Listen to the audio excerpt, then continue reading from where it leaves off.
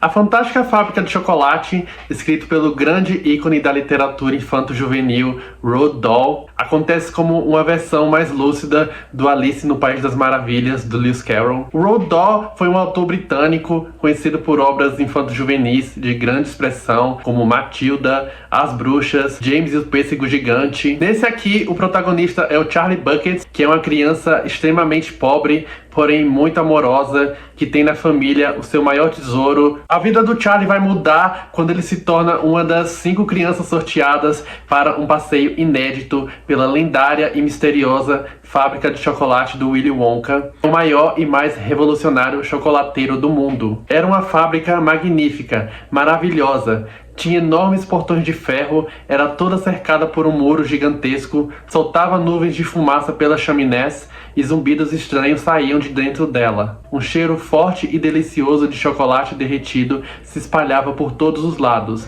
a muitos quilômetros além de seus muros.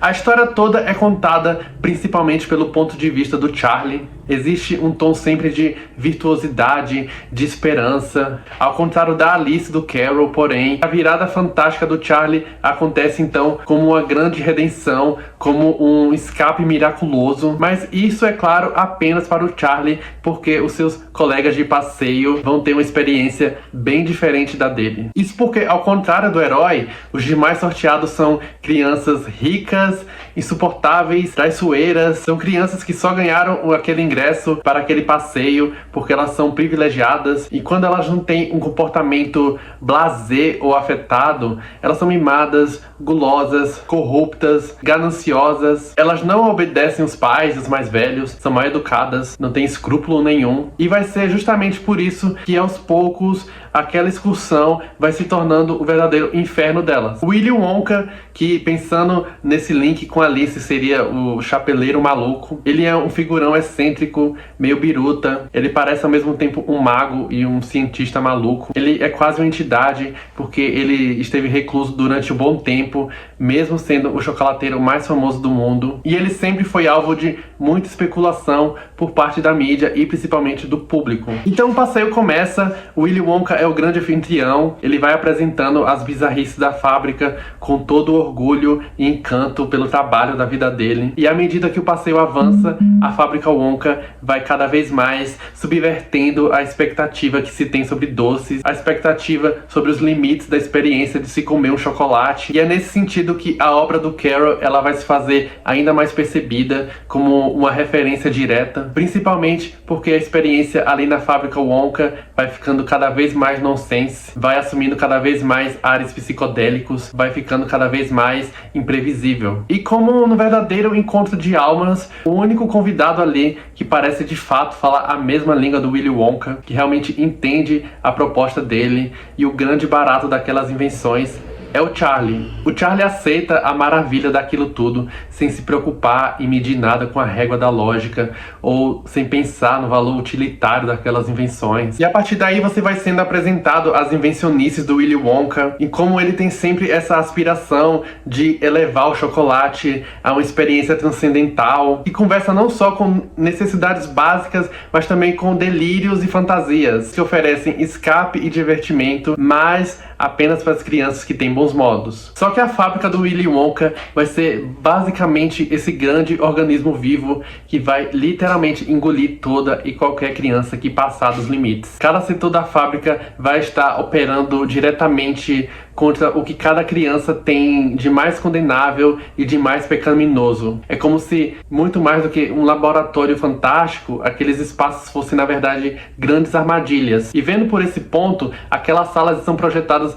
não só para encantar, mas também para testar os limites daquelas crianças. E é justamente aí que entra um aspecto até mais sádico desse livro, principalmente porque depois de cada tragédia em que a criança é punida, acontece um número musical orquestrado pelos Oompa-Loompas, que são os seres minúsculos que trabalham ali como operários da fábrica. Os Oompa-Loompas vão fazendo rimas sobre o castigo que cada um dos convidados vai sofrer, um por um, quase que como se fosse uma celebração mesmo. Esse é um livro infantil que tem uma grande lição de moral por trás. No entanto, eu acredito que o grande feito desse livro está justamente em não existir um nivelamento quando ele constrói essa história, e mesmo que tenha esse tom de encantamento, não vai deixar de ser um pouco macabra. O romance foi publicado nos anos 60 e eu acho que realmente a grande sacada do Roald Dahl é alertar sobre como as novas tecnologias, como todo esse aparato pós-moderno significou os valores e as relações entre pais e filhos, como aquilo afetava negativamente a experiência da infância e de que forma os produtos daquela sociedade acabavam corrompendo as crianças e, mais do que isso, as tornava praticamente miniaturas de adultos precoces,